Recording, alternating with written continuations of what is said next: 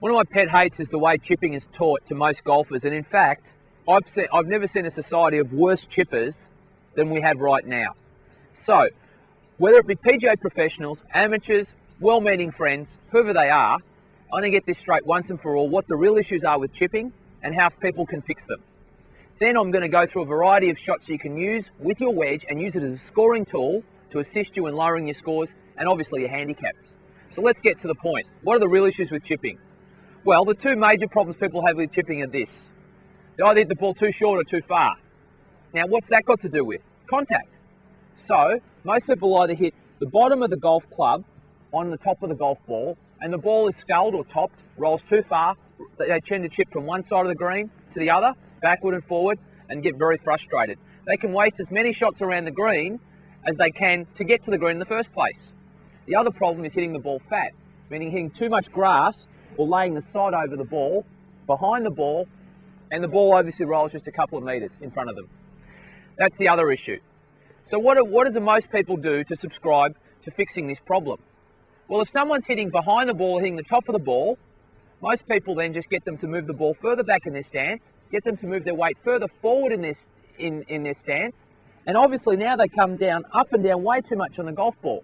So they're actually trying to ensure contact is correct. No doubt about it, you will hit correct contact with that particular adjustment, but when you overlean the wedge forward, what you actually end up doing is taking the loft off the wedge and changing the bounce design of the wedge as well. And not only that, you make a very undynamic jamming swing and the ball reacts in all kinds of ways. So what I actually get to the point is why people have problems with chipping. It's faulty hands. They don't actually understand the correct hand motion in the chipping stroke. So, if you scull your chip shot, there is no doubt you have flipped it with your bottom hand. What this does is lowers the low point or bottoming of the golf club spot behind the golf ball rather than being in front of the golf ball. So this faulty hand issue should not be solved by moving the ball back in your stance. That's throwing good money after bad. The other problem people have is when they hit behind the ball is the fact that they're actually not understanding how the pivot or the body turn works correctly in transporting the club. So you hit behind the ball, what do? You move the ball further back. That's insane. It's just fixing a fault with a fault. Let's have a neutral stance with neutral weight. Weight in the center of my feet here. Let's keep that there. And let's actually learn how to do the correct technique and build from a proper foundation. Not quick fixes and coffee table book solutions to this problem. So, let's go through it. What does my body do? My left shoulder turns, my right shoulder turns back and through. And I'm pivoting around my left shoulder on the way through. My hands simply hold the club and have a passive relationship. My left wrist is relatively flat, my right wrist is relatively bent. And they're transported by my body. My low point will then be underneath the ball or slightly in front of the ball, and the ball will be middle to slightly forward with my weight centered.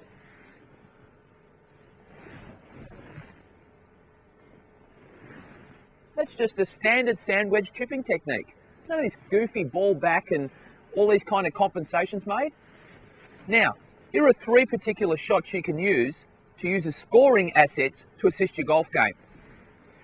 When you understand the bounce on the sand wedge or pitching wedge, you can actually understand how it'll work to your advantage. So we've got 3 particular ways you can use that. You can have a front edge sole, a mid sole, and a back sole bounce. Here's the front edge sole. The front edge sole is good for downward contact out of rough to get maximum compression on your ball. The ball characteristic will be a low running shot. You'll notice this club shaft has got a slightly forward lean. My weight's still centered.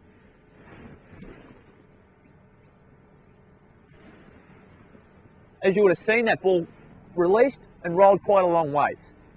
Guaranteed good impact. Mid-sole.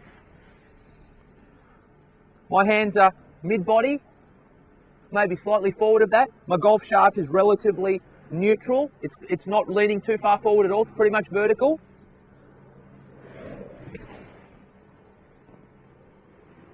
This golf shot will have a higher characteristic and roll just a little bit. I'll probably just have a scraping divot at the bottom with that, I won't certainly be digging down and making a deep divot as I did in the previous. And now back edge divot. I should say back sole divot.